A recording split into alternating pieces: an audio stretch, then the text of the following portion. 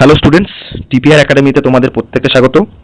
তোমরা জানো যে আমরা এসএলএসটি 3কে মাথায় রেখে একটি প্রশ্ন উত্তর পর্ব কিন্তু চালাচ্ছি, এবং শুধুমাত্র একটি প্রশ্নের অপশন নয়, সেই প্রশ্নকে কেন্দ্র করে অন্যান্য যত রকম প্রশ্ন তৈরি হতে পারে তার পুঙ্খানুপুঙ্খ বিশ্লেষণ কিন্তু আমরা এর মধ্যে দিয়ে করছি, যেটা তোমাদের ভিতকে মজবুত করতে এবং তোমাদেরকে এগিয়ে রাখতে কিন্তু সাহায্য করবে।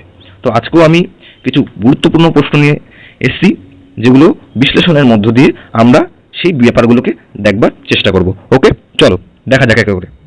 দেখো প্রথম প্রশ্ন কি বলেছে। প্রথম প্রশ্ন যেটা আছে সেটা বলছে যে হরপ্পা সভ্যতার উৎপত্তি সংক্রান্ত বৈদিক আর্যদের থেকে উৎপত্তি মতবাদটি সর্বপ্রথম কে প্রস্তাব করেন। ওকে, মানে হরপ্পা সভ্যতার সাথে বৈদিক সভ্যতার সম্পর্ক এটি কে দেখান, এটাই বলতে চাইছে। এখানে কি আছে? এখানে আছে বিবি লাল, এস আর রাও, কে এন শাস্ত্রী নাকি পুষ্কর। তোমরা যদি একটু খেয়াল করো তাহলে কিন্তু তোমরা জানবে যে এই যে এস আর রাও, এই এস আর রাও কিন্তু লোথাল আবিষ্কারের সাথে যুক্ত। কি আবিষ্কারের সাথে বললাম? লোথালের সাথে কিন্তু যুক্ত। লোথাল লোথাল আবিষ্কারের সাথে যুক্ত। এবং এই যে পুষ্কর, এই ব্যক্তিটি কিন্তু আমরা স্বপ্নবসব দত্তার যে ভাসের যে ক্যারেক্টারটা পাই আমরা, সে ভাস, সে যে রিয়েলিস্টিক, সেটা কিন্তু প্রত্নতত্ত্বের মধ্য দিয়ে তিনি বোঝানোর চেষ্টা করেছেন। কিন্তু যখন এই বৈদিক আর্য এই কথাটি আসবে তখন কিন্তু বিবি লাল হয়ে যাবে কিন্তু রাইট আনসার। আমরা জানি এস আর রাও, কে এন শাস্ত্রী এবং পুষ্কর তিনজনে এটিকে সমর্থন করেছিল, কিন্তু প্রথমবারের জন্য এই মতবাদটি তুলে ধরেন কিন্তু বিবি লাল।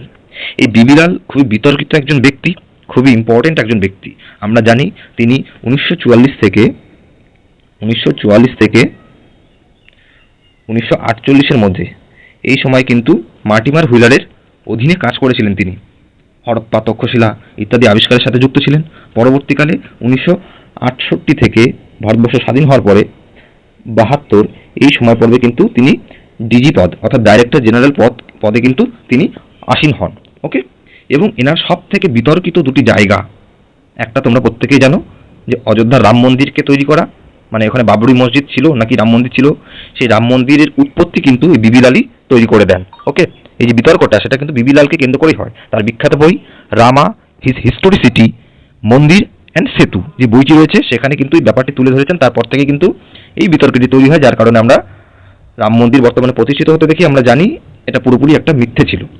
তারপরে সরস্বতী রিভার, এটি ভারতের উৎপত্তি এবং এখান থেকে সিন্ধুর উৎপত্তি, এই বিতর্কটা কিন্তু তার বইকে কেন্দ্র করেই মূলত বেশিরভাগটা শুরু হচ্ছে। তার বিখ্যাত বই the Saraswati flows on the continuity of Indian culture যে বইটি রয়েছে সেখান থেকে কিন্তু এই বিতর্কটি স্টার্ট হচ্ছে। তাই এই যে আলাদা যে তথ্যগুলো আমি দিলাম সেটা কিন্তু তোমরা মাথায় রাখবে। ওকে, চলো নেক্সট কোশ্চেনে যাওয়া যাক।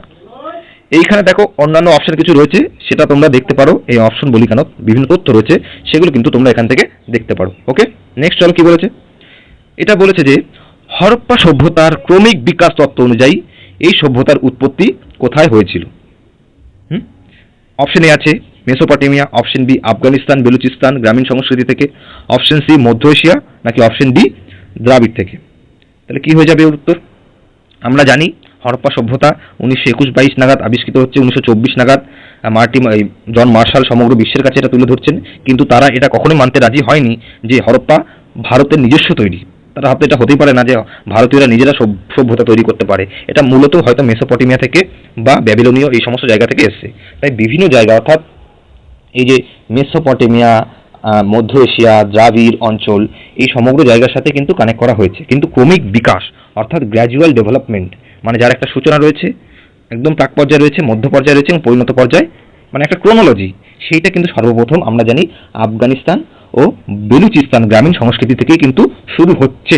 এটা পুরোপুরিভাবে দেখিয়ে দিচ্ছে। প্রথমে বলা হচ্ছে কি এর উৎপত্তি কি, এর প্রাক হরপ্পা পর্যায়ে ছিল বেলুচিস্তানে।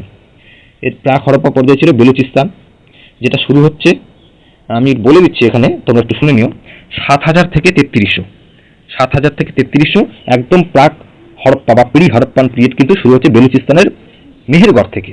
ওকে, তারপরে বলছে কি এই মেহেরগড়টাই পরবর্তীকালে ডেভেলপ করছে প্রারম্ভিক হরপ্পা হিসেবে, অর্থাৎ আর্লি হরপ্পান ফেজ হিসেবে, যেটা শুরু হয়েছিল 3300 থেকে কত, 3300 থেকে 2600, 2600। ওকে, তাহলে একটা পিরিয়ড আসলো একদম প্রাক হরপ্পা, যেটা 7000 থেকে 3300, আর একটা 3300 থেকে 2600। এরপরে বলছে কি এই প্রাক হরপ্পা বা প্রারম্ভিক হরপ্পা, এটা কিন্তু আমরি, কোটদিজি, হ্যাঁ কালীবঙ্গান, এই সমস্ত জায়গায় কিন্তু এই যে আর্লি হরপ্পান ফেজ এটা কিন্তু চলেছিল। তারপরে বলছে যে পরিণত, এরপরে 2600 থেকে, যেটা অন্যান্য ক্লাসেও আমি আলোচনা করি, 2600 থেকে কিন্তু 1900-র মধ্যে হচ্ছে পরিণত ফেজ, পরিণত হরপ্পার যে ফেজটা সেটা কিন্তু হচ্ছে। ওকে, এখানে মূলত পড়ছে হলো মহেঞ্জোদারো, হরপ্পা, লোথাল, ধোলাবিরা, কালীবঙ্গান, এটা কিন্তু পরিণত ফেজের মধ্যে পড়ছে। তারপরে আমরা জানি উত্তর হরপ্পা ফেজ, যেটা কিন্তু 1900 থেকে 1300-র মধ্যে কিন্তু চলবে। এইভাবে একটা স্টার্টিং থেকে এন্ড পয়েন্ট, মানে উৎপত্তি, ক্রমিক বিকাশ, এটা কিন্তু এর আগে ব্রিটিশরা দেখাতে পারেনি, এটা ভারতীয়রা দেখিয়েছেন। ওকে, এই জন্য এটা খুবই ইম্পর্টেন্ট, এগুলো মাথায় রাখবে। চলো নেক্সট, এই ইনফরমেশনগুলো তোমরা দেখে নিতে পারো। নেক্সট কি বলেছে, যে হরপ্পা সভ্যতার দ্রাবিড় নির্মাণ তত্ত্বটি কে প্রস্তাব করেছিলেন? দ্রাবিড় নির্মাণ মানে হরপ্পার যে অধিবাসীরা, তারা আজকে দক্ষিণ ভারতের যে দ্রাবিড় মানুষটা, তাদের সাথেই সম্পর্কিত। আমরা জানি বর্তমানে জেনেটিক স্টাডিজের মধ্য দিয়ে, যেটা আমরা সিন্ধের যে জেনেটিক স্টাডি 2019-এর, তার মধ্যে দিয়ে দ্রাবিড় এর একটা কানেকশন করার চেষ্টা করা হচ্ছে। রাখিগড়ির যে নরকঙ্কালগুলো ছিল সেগুলোকে পরীক্ষা নিরীক্ষা করা হচ্ছে, সেটা আমরা আগের দিনও আলোচনা করেছি।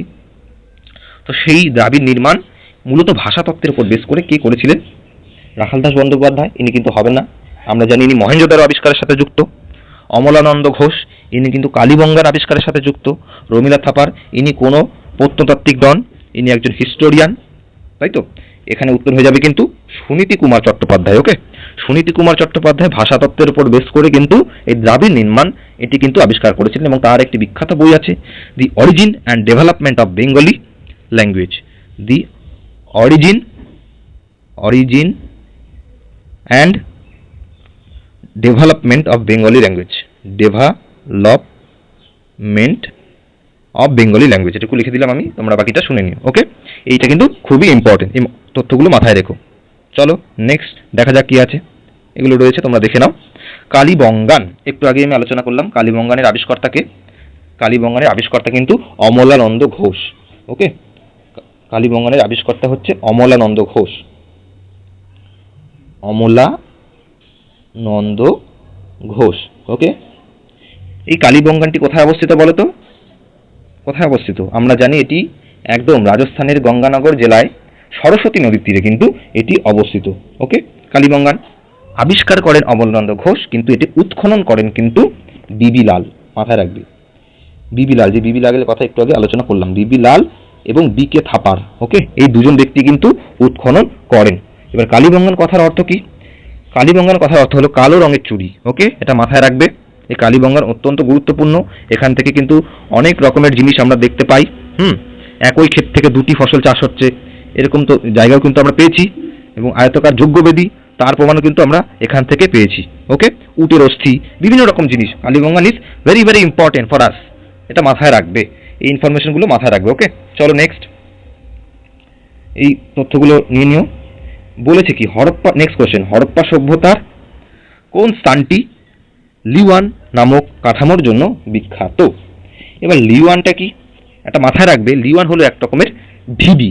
ওকে, এক রকমের ঢিবি পাওয়া গেছে, সেটা মূলত পাকিস্তানের বন্নু উপত্যকায় পাওয়া গেছে। ওকে, বন্নু উপত্যকায় পাওয়া গেছে, এবং লিওয়ান শব্দের অর্থ যেটা করা হয় ইসলামিক ভাষায়, সেটা হলো তিন দিক বেষ্টিত একটা বারান্দা। লিওয়ান শব্দের অর্থ কিন্তু করা হয়। এটি মূলত একটি কারখানা ছিল। কি ছিল? এটি মূলত একটি কারখানা ছিল যেখানে যন্ত্রপাতি আবিষ্কার হয়। এটি প্রাক হরপ্পা পর্যায়েও অনেক ক্ষেত্র নির্মাণে সাহায্য করে, মানে প্রাক হরপ্পা পর্যায়ে এটা ছিল, মানে যন্ত্রপাতি নির্মাণ করা হতো, যেটা হরপ্পার সময়ও কিন্তু করা হয়েছিল। এটি মূলত পাওয়া গেছে কিন্তু কোথায় বলো দেখি? পাকিস্তানে চলিস্তানে। ওকে, চলিস্তান কিন্তু রাইট আনসার হয়ে যাবে। ঠিক আছে, চলো নেক্সট, এই যে এখানে তোমরা দেখে নিতে পারো অপশনগুলো। তারপরে কি বলেছে, হরপ্পা সভ্যতার কোন স্থানটিতে প্রথম অগ্নিকুণ্ড বা যজ্ঞবেদীর প্রমাণ পাওয়া গেছে? মহেঞ্জোদারো, কালীবঙ্গান, লোথাল নাকি ধোলাবিরা? কোথা থেকে পাওয়া গেছে যজ্ঞবেদী? আমি একটু আগে বলেছিলাম, তোমরা জানো কম বেশি, যে লোথাল, কালীবঙ্গান এবং বানোয়ালি, এই তিনটে জায়গা থেকে মূলত যজ্ঞবেদী বা অগ্নিকুণ্ডের প্রমাণ কিন্তু পাওয়া গেছে। কিন্তু এখানে কি বলেছে, প্রথম অগ্নিকুণ্ড বা যজ্ঞবেদী কিন্তু কালীবঙ্গান রাইট আনসার হয়ে যাবে। একটু আগে আমি আলোচনা করলাম অমলানন্দ ঘোষ আবিষ্কারক, এবং বিবি লাল ও বি কে থাপার কিন্তু এর উৎখনন করেছিল। মূলত সাতটি আয়তকার যজ্ঞবেদী কিন্তু এখান থেকে পাওয়া গেছে। ওকে, তাই আমরা এটা বলতে পারি যে এখানকার মানুষজন যজ্ঞের দ্বারা উপাসনা করত। এটা মাথায় রাখবে। ওকে, চলো নেক্সট, এখান থেকে ইনফরমেশনগুলো নিয়ে নিতে পারো। কি বলেছে, হরপ্পা সভ্যতার প্রাথমিক চরণ কোন সময়কালকে নির্দেশ করে? হরপ্পা সভ্যতার প্রাথমিক চরণ কোন সময়কালকে নির্দেশ করে একটু আগে আমি বলেছিলাম যে ক্রমিক বিকাশের যে ধারাটা সেটা শুরু হচ্ছে একেবারে 7000 থেকে 3300 থেকে প্রাক হরপ্পা, যেটা বালুচিস্তানের মেহেরগড় থেকে স্টার্ট হচ্ছে। তারপরে কি হচ্ছে, প্রারম্ভিক হরপ্পা আর্লি ফেজ কিন্তু 3300 থেকে 2600-এর মধ্যে হচ্ছে। পরিণত ফেজ 2600 থেকে 1900-এর মধ্যে হচ্ছে। তার পরবর্তীকালের ফেজ 1900 থেকে 1300-এর মধ্যে কিন্তু হচ্ছে। তাই এটার কি উত্তর শুরু হয়ে যাবে, প্রাথমিক চরণ কিন্তু 3500 থেকে 2600, কোনো কোনো জায়গায় 3500 থেকে 2600, কোনো কোনো জায়গায় 3300 থেকে 2600 কিন্তু রয়েছে। এটা মাথায় রাখবে। চলো নেক্সট, এই যেগুলো দেখে নিও। লোথাল, কি বলেছে, লোথাল হরপ্পা স্থানটি কোন রাজ্যে অবস্থিত? লোথাল হরপ্পা স্থানটি কোন রাজ্যে অবস্থিত? আমরা জানি লোথালের আবিষ্কর্তাকে SR রাও, এর আগে আলোচনা করেছি। SR রাও কত সালে আবিষ্কার করছে? 1954, তাই তো? 1954 সালে আবিষ্কার করছে, খনন করছে মোটামুটি ওই 1957 থেকে 58 সময়কালের মধ্যে। ওকে, এটি মূলত সবরমতী ও ভোগবা নদী, গুজরাটে সবরমতী ও ভোগবা নদীর সঙ্গমে কিন্তু এটি অবস্থিত। এটা মাথায় রাখবে। আমরা জানি লোথাল ভেরি ভেরি ইম্পর্টেন্ট। এখান থেকে মূলত 3টি যুগ্ম সমাধি সাক্ষ্য পাওয়া যায়। ওকে, যুগ্ম সমাধি যেখানে পুরুষ ও স্ত্রীকে একসাথে কবর দেওয়া হচ্ছে, এবং এখান থেকে কিন্তু ডক ইয়ার্ড বা পোতাঙ্গন মানে জলাধার বা বন্দর জাহাজ যেখানে দাঁড়ায় সেই জায়গাটি আবিষ্কার হচ্ছে। খুব ইম্পর্টেন্ট এই জায়গাটা। এখান থেকে কিন্তু বৃত্তাকার বা চতুর্ভুজাকার অগ্নিবেদী পাওয়া যাচ্ছে, যে এটা আমি বলেছিলাম যে মূলত বানোয়ালি, লোথাল এবং কালীবঙ্গান থেকে পাওয়া যাচ্ছে। তো এখান থেকে চতুর্ভুজাকার কিন্তু অগ্নিবেদী পাওয়া যাচ্ছে। এটা মাথায় রাখবে। এটি কোথায় অবস্থিত? এটি কিন্তু অবস্থিত হচ্ছে কোথায়? গুজরাটে, তাই তো? গুজরাটে কিন্তু অবস্থিত।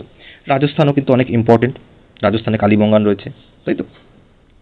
হরিয়ানার রাখিগড়ি, বনওয়ালি এই দুটো জায়গা কিন্তু খুবই ইম্পর্টেন্ট। এবং পাঞ্জাবের রোপার কিন্তু স্বাধীনতার পরে উৎখনিত প্রথম জায়গা। পাঞ্জাবের রোপার স্বাধীনতার পর প্রথমবারের জন্য কিন্তু খনন করা হয়। তো প্রশ্ন যদি আসে প্রথমবার স্বাধীনতার পর কোন জায়গাটি খনন করা হয়, সেটা কিন্তু রোপার হয়ে যাবে। ওকে, চলো এই ইনফরমেশনগুলো মাথায় রাখবে। নেক্সট দেখা যাক কি বলেছে। হরপ্পা সভ্যতায় ইটের যে অনুপাত ব্যবহৃত হতো তা কোনটি? আমরা ইটের আবিষ্কার দেখেছি, কিন্তু যে অনুপাত অর্থাৎ দৈর্ঘ্য, প্রস্থ এবং উচ্চতা, এটি কোন রেশিওতে মেনটেন করা হতো? 1:2:3, 2:4:8, 4:2:1 নাকি 3:2:1? আমরা জানি এর উত্তর হয়ে যাবে কিন্তু 4:2:1, তাই তো? দৈর্ঘ্য 4, প্রস্থ 2 এবং উচ্চতা 1, এইভাবে কিন্তু এরা মেনটেন করতো। ওকে, এটা মাথায় রাখবে। চলো নেক্সট দেখা যাক। এখান থেকে কিছু ইনফরমেশন রয়েছে, তোমরা সেটা দেখে নিতে পারো। ওকে, দেখো কি বলেছে।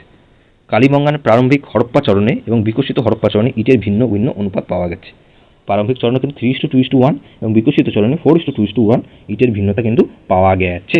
এটা মাথায় রাখবে। এই দেখো আমি যেটা বলছিলাম, দৈর্ঘ্য, প্রস্থ, উচ্চতা কিন্তু এইভাবে মেনটেন করা হচ্ছে।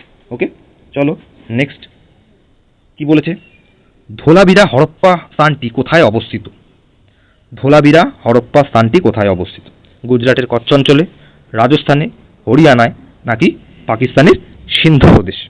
তোমরা জানো ধোলাবিরা সাম্প্রতিককালে আমরা ইউনেস্কো ওয়ার্ল্ড হেরিটেজ সাইট হিসেবে কিন্তু গণ্য হয়েছে 2021 সাল নাগাদ। ওয়ার্ল্ড হেরিটেজ সাইট হিসেবে কিন্তু গণ্য হয়েছে। কিন্তু এই ধোলাবিরার আবিষ্কর্তাকে জেপি যোশী, এটা মাথায় রাখবে। এটি কিন্তু গুজরাটের কচ্ছ জেলার মনোহর ও মানসেহার নদীর মাঝে কাদির দ্বীপে অবস্থিত। ওকে, আগেরটা আমরা জানলাম সাবরমতী, আগেরটা কি দেখেছিলাম আমরা, লোথাল কোথায় অবস্থিত? দুটোই কিন্তু গুজরাটে। হ্যাঁ, কিন্তু লোথাল কোথায়? সাবরমতী ও ভোগবা নদীর সঙ্গমস্থলে, এবং ধোলাবিরা হলো মনহর ও মানসোহার নদীর মাঝে কিন্তু অবস্থিত। এটা মাথায় রাখবে। আবিষ্কর্তা জেপি যোশী মোটামুটি 1967 থেকে 68 নাগাদ কিন্তু এটি আবিষ্কার হচ্ছে। কিন্তু আবিষ্কার মানে উৎখনন করছে কে? উৎখননকর্তা কিন্তু একও হতে পারে, আলাদা হতে পারে। উৎখনন করছে হলো RS বিস্ট, এটা কিন্তু মাথায় রাখবে। এবং এখান থেকে আমরা মানে একটা নগরের পরিচয় পাই, যেটি 3 ভাগে বিভক্ত। একটা হলো দুর্গ, একটা মধ্যনগর ও নগর। এটা কিন্তু একাধিকবার প্রশ্ন এসেছে যে 3 ভাগে বিভক্ত নগরটি কোথায় দেখতে পাওয়া যায়। এবং আমরা জানি এখান থেকে স্টেডিয়াম এর পরিচয় পাওয়া যায়, এবং এখান থেকে ওয়াটার হারভেস্টিংয়ের জল সঞ্চয়ের মানে বিশ্বের অন্যতম বিখ্যাত জল সঞ্চয়ের পরিচয় পাওয়া যায়। এখান থেকে আমরা জানি সাইনবোর্ড যেখানে 10টি অক্ষর লেখা আছে তার পরিচয় কিন্তু পাওয়া যায় ধোলাবিরা থেকে। ধোলাবিরা কিন্তু খুবই ইম্পর্টেন্ট এবং মহেঞ্জোদারো থেকে প্রায় 3 গুণ বড়। ওকে, এটা মাথায় রাখবে। তো ধোলাবিরা কোথায় অবস্থিত? ধোলাবিরা কিন্তু গুজরাটের কচ্ছ জেলায় কিন্তু অবস্থিত মনোহর ও মানসোহার নদীর মাঝে। ওকে, এই ইম্পর্টেন্ট ইনফরমেশনগুলো আজকে আমরা দেখে নিলাম এবং আমরা কিন্তু প্রশ্নের বিশ্লেষণ খুব ভালোভাবে করেছি, অন্যান্য অপশনগুলো দেখেছি, যার মধ্যে দিয়ে তোমরা কিন্তু অনেকটাই এগিয়ে থাকতে পারবে। তো আজকে আমি এখানেই রাখছি, নেক্সট ক্লাসে আরও কিছু গুরুত্বপূর্ণ প্রশ্ন নিয়ে তোমাদের সামনে হাজির হব, তোমরা এটা দেখে নেবে। ওকে, আজকের জন্য এখানেই রাখছি।